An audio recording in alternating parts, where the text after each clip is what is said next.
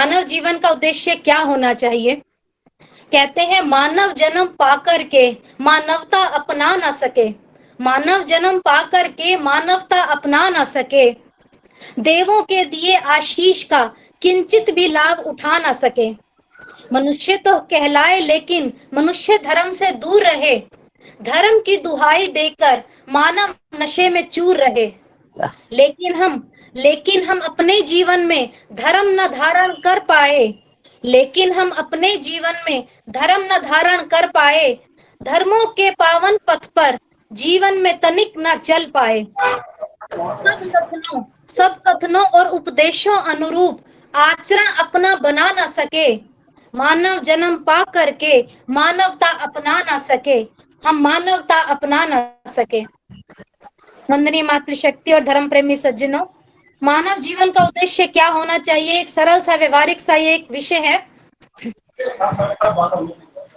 कोई भी इच्छा जब हमारे हृदय में उत्पन्न होती है, यदि हम उसके अनुसार हमारा काम हो जाए, अर्थात इच्छा हमारी पूर्ण हो जाए, तो क्या वह इच्छा पूर्ण हो गई है या और बढ़ गई है? मैं आप सभी से पूछना चाहती हूँ, क्या वो इच्छा हमारी पूर्ण हो गई है या और बढ़ गई है? नहीं, वह इच्छा और पूर्ण बढ़ नहीं गई है। हुई। बढ़ गई है। माइक म्यूट कर लीजिए। नहीं, वह इच्छा पूर्ण नहीं हुई, बल्कि उसे और शक्ति मिल गई। उन इच्छाओं का पूर्ण ना होना तो उस वासना और उस इच्छा को अधिक शक्तिशाली ही बनाना है। इससे हमारी आत्मा पर मलिनता के पर्दे चढ़ जाते हैं। मनुष्य तो यह समझता है कि मुझे मेरी इच्छा के अनुसार सामान मिलता जा रहा है, मैं अपना लाभ कर रहा हूँ। परंतु वास्तविकता तो यह है कि मनुष्य अपनी हानि कर रहा है। जिस इच्छा की पूर्ति को जन साधारण अपना लाभ समझता है, परंतु विद्वानों ने इसे दुख और कलेश बताया है। आज का मानव नाशवान वस्तुओं को अपनी समझ बैठा है, यही उसका भ्रम है। इस मानव शरीर को भी हम अपना ना समझें। यह भी एक प्रकार का किराए का मकान है, इसे एक दिन छोड़कर अवश्य जाना पड़ेगा।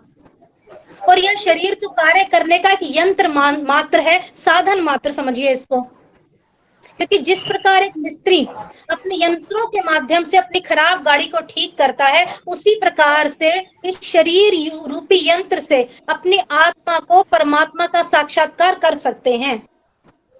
हमें शरीर इसलिए नहीं मिला कि हमें शरीर के ही बनकर रह जाएं।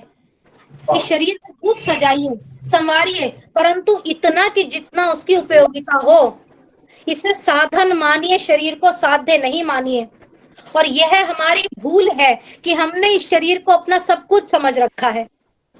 इस शरीर के अंदर रहने वाली शरीरी की यानी कि आत्मा की हम चिंता नहीं करते। हम उस दिखने वाले शरीर की प्रत्येक प्रकार की भूख प्यास को तो मिटाने के लिए सदैव तत्पर रहते हैं, परंतु इसके अंदर रहने वाली आत्मा की भूख प्यास, जैसे कि सेवा, साधना, स्वाध्याय, संतोष, समर्पण, इस किसी चीज की चिंता तो हम नहीं करते। तभी तो हम हमेशा दुख के सागर में ही डूबे रहते हैं। और आज का मानव दुख नहीं चाहता, परंतु सुख प्राप्त करने के साधन भी नहीं करना चाहता। सुख तो चाहता है, परंतु कार्य सभी दुख प्राप्त करने वाले ही करता है। मरना कोई भी नहीं चाहता, मरना कोई नहीं चाहता, चाहे वह कीड़े जैसा निकृष्ट योनि वाला ही क्यों ना हो। इस संबंध में एक छोटा सा दृष्टांत मैं आपको बताना चाहती हूँ। एक बार सुखदेव महाराज जी के पिताजी देव व्यास जी महाराज कहीं जा रहे थे। मार्ग में उन्होंने देखा कि एक कीड़ा बड़ी तीव्रता से सड़क पार कर रहा था। वेद व्यास जी ने अपनी योग शक्ति के द्वारा उस कीड़े से पूछा कि तू सड़क पार करने में इतनी शीघ्रता क्यों कर रहा है? क्या तुझे किसी से काम है? तू तो नाली का कीड़ा है, इस नाली को छोड़कर दूसरी नाली में ही जाना है। फिर इतनी तीव्रता से तू क्यों भागा जा रहा है? कीड़ा बोला, बाबा जी सामने वह बैलगाड़ी बड़ी तीव्रता से आ रही है, यदि मैं धीरे चलूंगा तो वो मुझे कुचल देगी। तो वेद व्यास जी बोले, कुचलने दे, कीड़े की योनि में जाकर तुझे क्या करना? कीड़ा बोला, बाबा जी जो प्राणी जिस योनि में रहता है उसको उस योनि में ममता हो जाती है। उसी योनि में रहकर उस योनि से उसको ममता बिल्कुल हो जाती है। अनेक प्राणी नाना प्रकार के कष्ट झेलते हुए भी मरना नहीं चाहते। यही हम मनुष्यों का सोच है। और परमात्मा ने हमें इस मानव चोले में ये अवसर प्रदान किया है कि हम साधना करके देह के बंधन से छुटकारा पा सकें। मनुष्य देह उभय योनि है, विश्व की सभी योनियां भोग योनियां हैं, परंतु मानव जहां पे अपने पिछले कर्मों का भुगतान करती है, इससे यह अवसर भी दिया जाता है कि मानव देह में शुभ कर्म करके मानव जीवन के परम लक्ष्य मोक्ष को प्राप्त कर सकें। यदि मानव चोले में आने का कोई लाभ है तो केवल यही है। इस चोले का यह गौरव प्राप्त है कि इस चोले में बैठकर आप परमात्मा से साक्षात्कार कर सकते हैं। और अंग्रेजी विद्वानों ने इस मानव को देह ऑफ द टॉप क्रिएशन कहा है। जिस तरह वृक्ष से फल गिरकर नीचे गिरता है, पककर, और पुनः वृक्ष में नहीं जुड़ सकता, इस प्रकार यदि मनुष्य जीवन को हम व्यर्थ गंवा देंगे, और इसलिए हमारे को अवसर बार बार तो मिलेगा नहीं, क्योंकि संसार में हमारा कुछ भी नहीं है। यही मानव जीवन का उद्देश्य है कि संसार में हमारा कुछ भी नहीं है। ये धन संपत्ति संबंधी जन, यहाँ तक कि हमारा यह शरीर भी हमारा साथ छोड़ देगा। इसलिए ऋषियों ने कहा है कि इस अमूल्य अवसर का आप लाभ उठाइए। बाल बच्चे, यहाँ तक कि संसार की सभी सुख सुविधाएं हमें पिछले जन्म में भी प्राप्त करते आ रहे हैं। जिस उद्देश्य जिस लक्ष्य के लिए परमपिता परमात्मा ने मानव देह हमें दी है, प्रदान की है, उसे हम भूले बैठे हैं। हम इंद्रियों के भोगों में इतना फंस चुके हैं कि हम अपनी मृत्यु तक को भूल जाते हैं। प्रतिदिन हम लोग देख रहे हैं कि हमारे कई साथी हमें छोड़कर जा रहे हैं, बल्कि हम स्वयं उन्हें शमशान तक छोड़कर नहीं आते, बल्कि उनके शरीर को अग्नि को समर्पित भी कर देते हैं। ये हम प्रतिदिन देख रहे हैं कि उनके साथ संसार की कुछ वस्तु उनके साथ नहीं जा रही, फिर भी हम मन में सोचते हैं कि मृत्यु तो केवल उनके लिए है, मेरे लिए नहीं है। महाराज, ये सम्राट सिकंदर का आप उदाहरण देख सकते हैं। सम्राट सिकंदर का उदाहरण हम सबके सामने है कि सिकंदर ने भारत पर आक्रमण किया, बहुत सा सोना हीरे जवाहरात लूट कर ले गया। इन सबको प्राप्त करने के लिए कितनों को उसने मृत्यु के घाट उतार डाला, कितनी महिलाओं को विधवा बना दिया, कितने बच्चों को अनाथ बना दिया। परंतु जब अपनी मृत्यु का समय निकट आया तो उसने अपने सेवकों को आदेश दिया कि जो भारत से मैं धन संपदा लूट कर लाया हूं, उन सबको एक स्थान पर एकत्रित करके दिखाओ। और जब सारी धन संपदा पर दृष्टिपात किया गया तो उसके नेत्रों से अश्रु छलक उठे।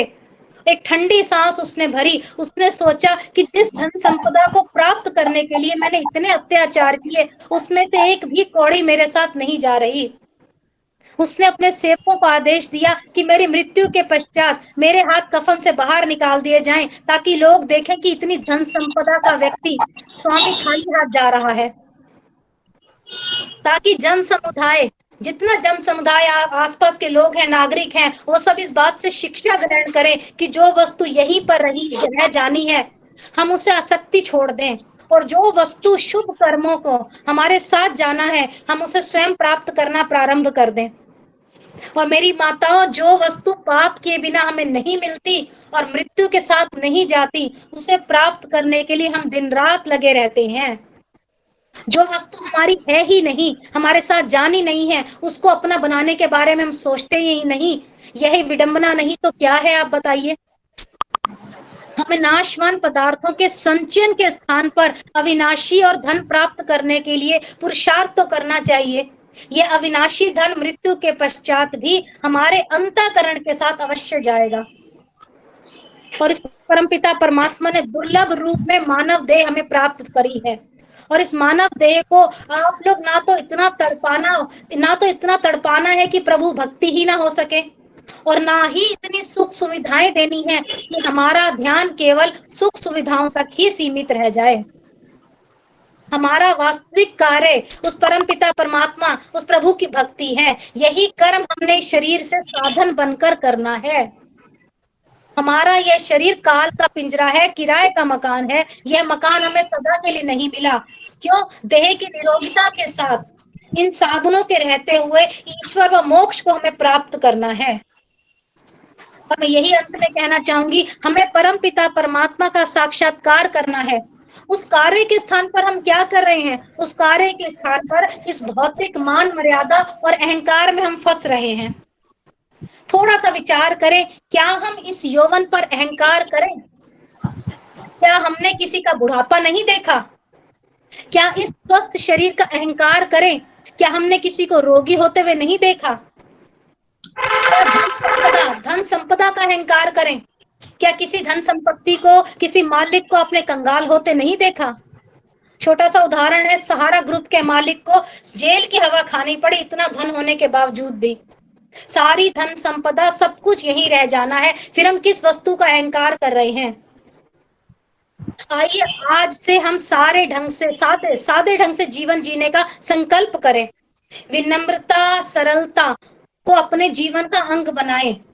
सात्विकता को अपने जीवन का आभूषण बना लें।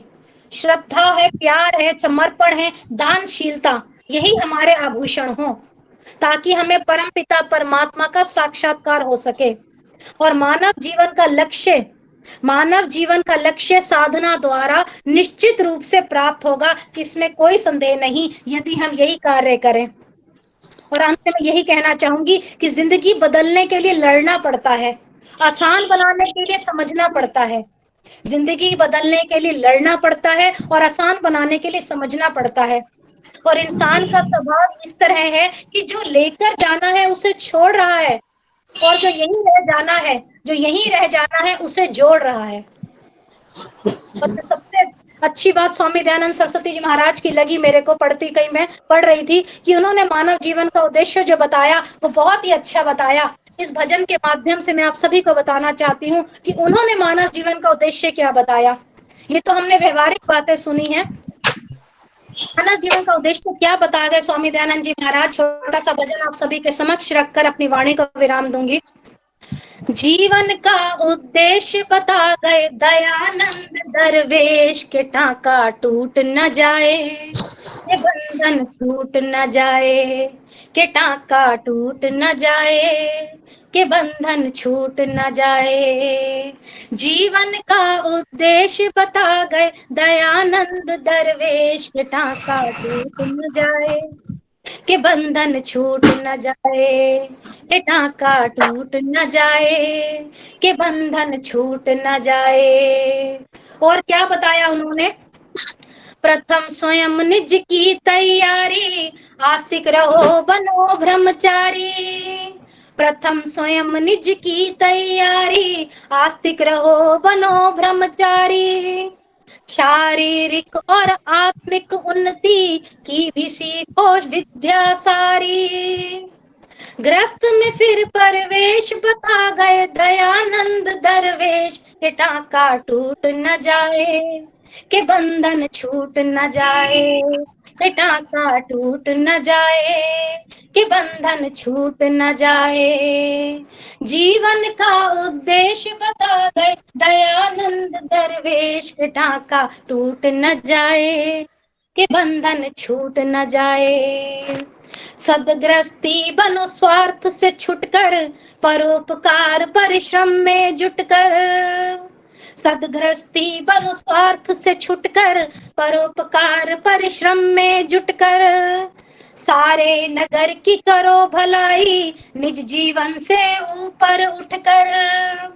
नित्य कर्म हमेश बता गए दयानंद दरवेश, के टाका टूट न जाए, के बंधन छूट न जाए, के टाका टूट न जाए, के बंधन छूट न जाए।